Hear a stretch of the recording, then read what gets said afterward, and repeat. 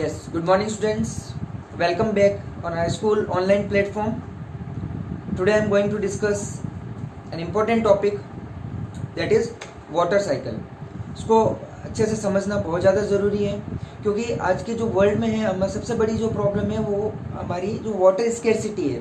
पीने के लिए सुनते भी हैं हम रिपोर्ट्स में कि जो हमारा ग्राउंड लेवल है वाटर का वो डाउन जा रहा है.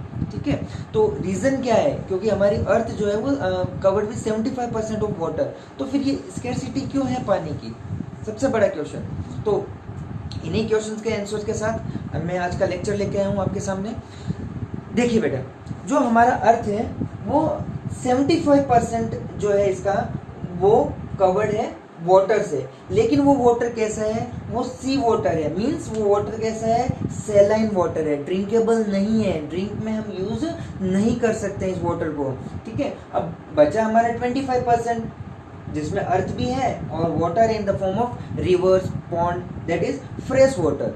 ठीक है, तो जो हमारा टॉपिक है वो इसी से स्टार्ट है कि ये जो वाटर साइकिल जो हमारा इकोसिस्टम है इसमें अलग अलग साइकिल्स चलती रहती है. उसी में से एक साइकिल की बात करते हैं, वाटर साइकिल. इससे पहले हमने जो पढ़ा था जैसे हमारे रेस्पिरेटरी सिस्टम है उसमें भी एक साइकिल चलती है. जैसे ऑक्सीजन हम लेते हैं, कार्बन डाइऑक्साइड रिलीज करते हैं, वो कार्बन डाइऑक्साइड प्लांट लेते हैं और प्लांट क्या रिलीज करते हैं एटमॉस्फेयर में? ऑक्सीजन. तो ये भी एक हमारी क्या साइकिल है. तो इसी साइकिल में हम बात करते हैं वाटर साइकिल की.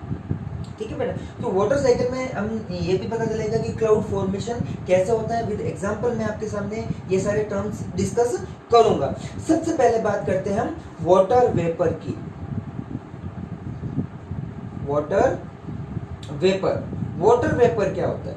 ठीक है बेटा, वाटर वेपर क्या होता है? When water turns into steam. जब वाटर स्टीम में टर्न हो जाता है तो जो गैसेस फॉर्म जो होती है वाटर की गैस फॉर्म, तो वो कौन सा है? Water vapour. जो वाटर के ड्रॉपलेट्स जो होते हैं वो गैस फॉर्म में हमारे एटमॉस्फेयर में क्या रहते हैं? प्रेजेंट रहते हैं. ठीक है, चलो सबसे पहले बात करते हैं हम. जैसे ये हमारी वाटर साइकिल के बारे में बात करते हैं. डायग्रामेटिक आपके लिए इजी रहेगा. Sun rays. जब सन रेज वाटर के ऊपर आएगी तो वाटर क्या करेगा? हीट करेगा. तो हीट जब भी करेगा तो वाटर किस में चेंज हो जाएगा? वाटर वेपर में. किस में टर्न हो जाएगा? वाटर वेपर में. ठीक है, वाटर वेपर जब गैसेस फॉर्म होती है तो गैसेस क्या होती है? वेट में लाइट होती है और जो चीज लाइट होगी वो किधर जाएगी? अपवर्ड्स. तो जब अपवर्ड्स जाएगा वाटर वेपर तो जैसे ही अपवर्ड्स आएगा यहाँ पे ये क्या होगा? कूलिंग स्टार्ट हो जाएगी इस स्टीम की. वाटर वेपर की क्या स्टार्ट हो जाएगी? कूलिंग. ओके, जब इसकी कूलिंग स्टार्ट होगी तो ये वापस जो वाटर वेपर है वो किस में चेंज हो जाएगा? वाटर में. वाटर वेपर किस में टर्न हो जाएगा? वाटर वेपर में, वाटर में. तो ये जो प्रोसेस है ये पूरी प्रोसेस क्या होगी? कंडेंसेशन. कौन सी प्रोसेस होगी? कंडेंसेशन. ठीक है, तो ये फिर रेन की फॉर्म में वापस अर्थ पे आएगा, वापस हीट करेगा, वापस वाटर वेपर में टर्न होगा और वापस जो लाइट वेट होगा उसका तो अपवर्ड जाएगी गैसेस फॉर्म में, तो अपवर्ड जाएगी, वापस यहाँ पे कूलिंग होगी, दैट इज कंडेंसेशन. तो यही जो प्रोसेस है ये हमारी वाटर साइकिल है, ये चेन है. ठीक है, अब हम स्टार्ट करते हैं. सबसे पहले मैंने टर्म यूज ली थी वाटर वेपर का. तो वाटर वेपर का मैं एग्जांपल दूंगा कि अगर आप कहोगे कि सर हमें क्या पता हम क्या कि जो वाटर है वो गैसेस फॉर्म में हमारे एटमॉस्फेयर में प्रेजेंट है, ये हमें कैसे पता चलेगा? ठीक है, तो सपोज आपके जब समर सीजन होता है तो समर सीजन में हम वाटर बोतल के अंदर वाटर डालते हैं. जैसे चिल्ड वाटर डाला हमने वाटर बोतल के अंदर. ठीक है, तो थोड़े टाइम बाद में उसकी जो आउटर सरफेस है, जो बाहरी जो सरफेस है उस पे जो वाटर आ जाता है वो कहाँ से आता है? बोतल फूटी हुई तो है नहीं हमारी. तो कहाँ से आ जाता है? तो इसी क्वेश्चन का मैं आंसर दूंगा. देखो बेटा,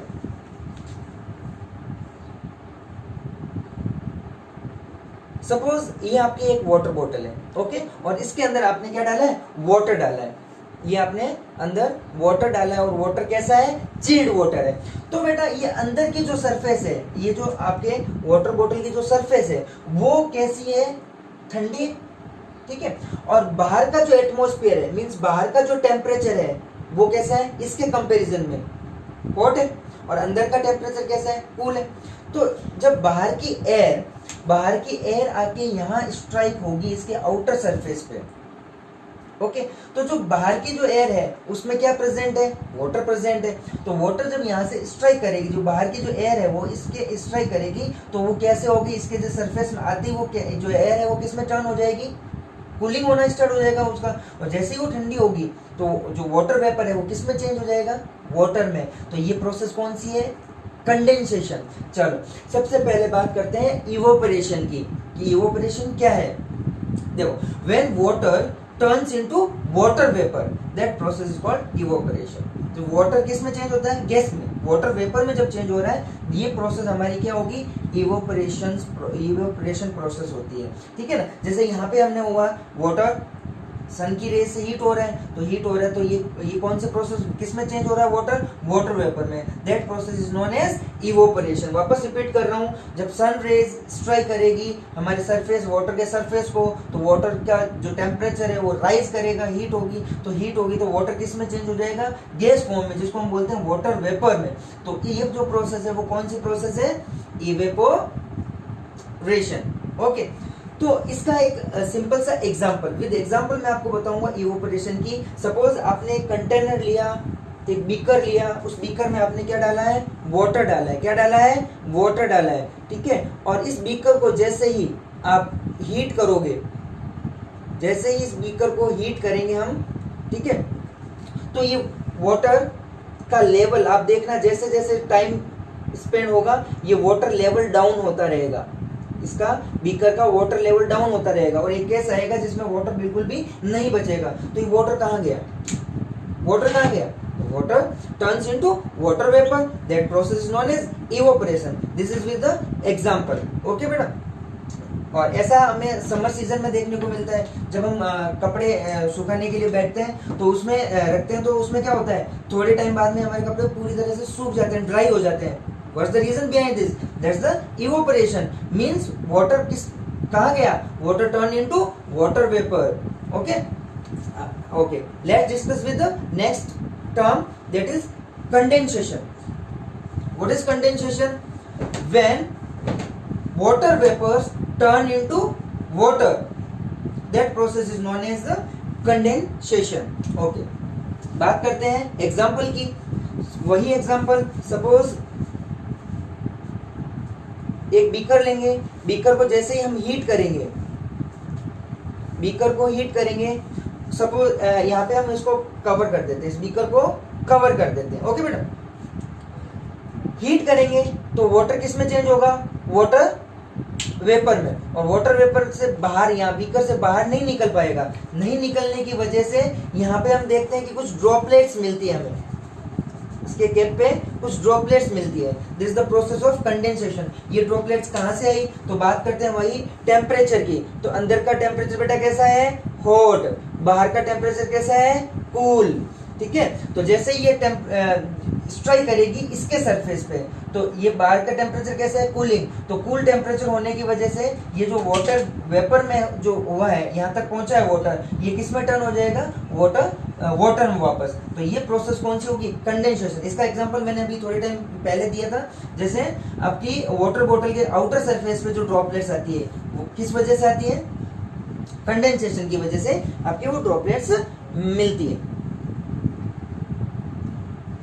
okay, next and very important topic, rain water harvesting. What is rain water harvesting? Rain water harvesting means to store rain water for the further use.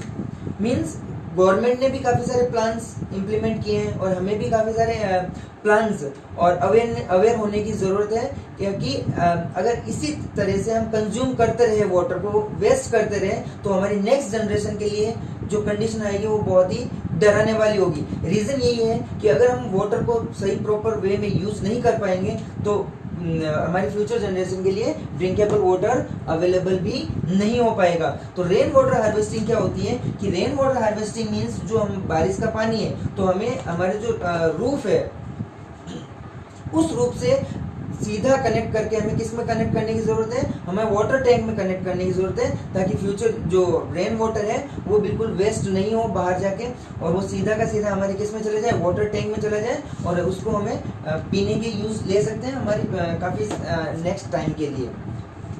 Rain water harvesting. अब बात करते हैं क्या हमारी क्या रेस्पॉन्सिबिलिटी है, हम क्या कर सकते हैं इसके लिए। तो सबसे पहले बात करते हैं पोल्यूशन। तो जितना पोल्यूशन कम होगा उतना ही जो ये साइकिल, वाटर साइकिल जो है वो डिस्टर्ब नहीं होगी। ओके। Second, plantation, afforestation. हमें ज्यादा से ज्यादा प्लांट्स लगाने की जरूरत है, बिकॉज रेन वहीं होगी जहां ज्यादा मॉइस्चर होगा। ओके। और मॉइस्चर के लिए कौन रेस्पॉन्सिबल है, प्लांट्स रेस्पॉन्सिबल है। ज्यादा जहाँ ज्यादा ग्रीनरी वहाँ ज्यादा बारिश। ओके। और हमें फ्रेश वाटर को अच्छे से यूटिलाइज करना है। जो ग्लेशियर्स के थ्रू रिवर्स में जो वाटर आ रहा है, और रिवर का वाटर किस में वापस मर्ज होता है, सी में। तो इन रिवर्स को हमें डाइवर्ट करना है, इन रिवर्स को डाइवर्ट करना है, और काफी सारे गांवों तक पहुंचाने की जरूरत है, ताकि हमें ज्यादा से ज्यादा पीने का पानी अवेलेबल हो सके। So I hope that you understand all these terms: water vapor, evaporation, condensation and rain water harvesting. Okay, and let's discuss about today's homework. You have to give example. जो मैंने दिए हैं उन example को skip करके और कुछ examples आपको देने हैं evaporation का, condensation का and water vapor का. You have to give one example of each term. Okay, thank you.